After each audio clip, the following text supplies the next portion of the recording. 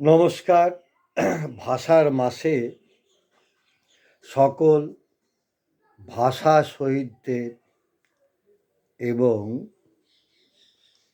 যাদের ভাষার জন্য সাধারণ মানুষের পক্ষে লেখালেখির জন্য পৃথিবীর সব দেশেই শাসকদের হাতে নির্মমভাবে যারা জীবন হারিয়েছেন, জীবন হারাতে পারেন জেনেও যারা তাদের ভাষা চর্চাকে নিয়ে গেছেন জনমানুষের কল্যাণে, জনমানুষের পক্ষে, প্রতিবাদে, ভালোবাসায়, সেই সকল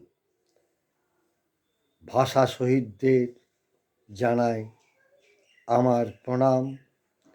ভাষার মাসে আমি পাঠ করব আবিশ্বের কবিদের কবিতা পাঠ। ৩রা মে ২০২০ থেকে যা শুরু হয়েছিল, আজ এই ২০২৭তম ভিডিওটিতে আমি পাঠ করব পৃথিবীর ২৪২৭ জন কবির কবিতা, ইতিপূর্বে যাদের আমার নজর আসেনি। আজ পড়ছি ভাগ্যধর হাজারির একটি কবিতা, পোড়াবাড়ি। পোড়াবাড়ি, ভাগ্যধর হাজারি।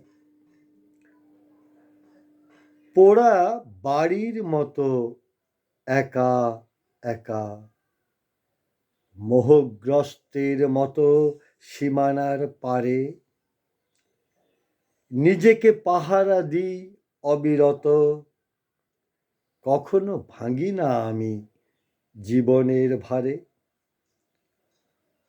অজান্তেই স্বপ্ন জাগে মনে মনে, হয়তো সজীব হব কোনো এক অলীক বসন্তের আগমনে।